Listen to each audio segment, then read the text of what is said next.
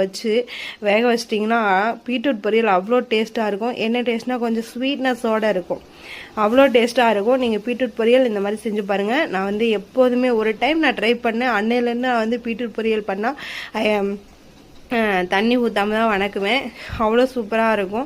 அப்புறம் பீன்ஸு சாம்பாருக்கு கொஞ்சமாக எண்ணெய், கடுகு, வெங்காயம், கொஞ்சமாக 2 வரமிளகாய், தக்காளி சேர்த்து நல்லா வதக்கிட்டு கொஞ்சமாக சாம்பார் தூள் சேர்த்து நல்லா வதக்கிட்டு, கொஞ்சம் சாம்பார் தூள் வந்து எண்ணெயில் தான் போட்டு வணக்கணும், அப்போ தான் வந்து அந்த பச்சை வாடையெல்லாம் போகும். சாம்பார் தூள்னு வந்து கடையில் தான் வாங்கியிருக்கேன், அந்த சக்தி சாம்பார் தூள் இருக்கு இல்லையா, அதை தான் நான் வந்து யூஸ் பண்ணுறேன்.